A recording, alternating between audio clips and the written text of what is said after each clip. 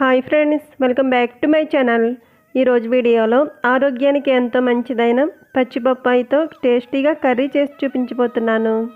ఇప్పుడు హెల్తీగా టేస్టీగా కర్రీ తయారు చేసుకోవడానికి ఇక్కడ పచ్చి బొబ్బాస్కాయ తీసుకుంటున్నాను. ఈ బొబ్బాస్కాయను శుభ్రంగా కడిగిన తర్వాత హాఫ్గా కట్ చేసుకుని లోపల గింజలు తీసివేసుకుని పేలర్తో పైన తొక్క చెక్కి తీసుకుని ఇక్కడ చూపిస్తున్న విధంగా ఈ సైజులో ముక్కలు కట్ చేసుకుని పెట్టుకోవాలి. ఇప్పుడు స్టవ్ మీద నాన్ స్టిక్ పాన్ పెట్టుకుని అందులో 2 స్పూన్ల దాకా నూనె పోసుకోవాలి. నూనె హీట్ అయిన తర్వాత తాలింపు దినుసులు వేసుకోవాలి.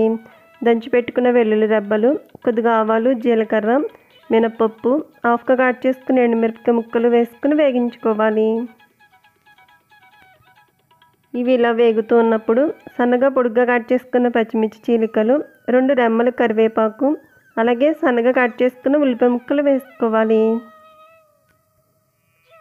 వీటన్నిటిని పచ్చివాసన పోయే వరకు వేగించుకోవాలి. ఉల్లిపాయ ముక్కలు ఆయిల్లో బాగా వేగి కొంచెం కలర్ చేంజ్ అయిన తర్వాత ఇందులో 1/2 టీ స్పూన్ పసుపు, రుచికి సరిపడా రాళ్ళు ఉప్పు వేసుకోవాలి. అలాగే స్పైసీకి సరిపడా కారం వేసుకోవాలి. ఈ పొడులు వేసుకున్న తర్వాత ముందుగా కట్ చేసి పెట్టుకున్న బొప్పాయి ముక్కలు కూడా వేసుకోవాలి. ఇప్పుడు అంతా కూడా బాగా కలిసేటట్టు కలుపుకుని మూత పెట్టి ఈ ముక్కలను 2-3 నిమిషాల పాటు ఆయిల్లో మగ్గించుకోవాలి. మధ్య మధ్యలో మూత తీసి ఇలా కదుపుకుంటూ మగ్గించుకోవాలి. బొప్పాయి ముక్కలు ఆయిల్లో బాగా మగ్గిన తర్వాత ఇప్పుడు మూత తీసి ఇందులో చిన్న కప్పు దాకా వాటర్ పోసుకోవాలి. వాటర్ పోసుకుని ఒకసారి కలుపుకుని మూత పెట్టి మంటను మీడియం ఫ్లేమ్లో పెట్టుకుని 15 నిమిషాల పాటు ఉడికించుకోవాలి. బొప్పాయి కర్రీ ఇలా ఉడికిన తర్వాత ఇప్పుడు స్టవ్ ఆఫ్ చేసుకుందాం.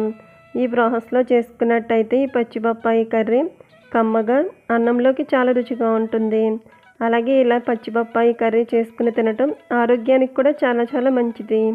సో ఫ్రెండ్స్, ఈ వీడియో నచ్చితే లైక్ చేయండి. అలాగే మీ ఫ్రెండ్స్ అండ్ రిలేటివ్స్కు షేర్ చేయండి. Thank you for watching video friends.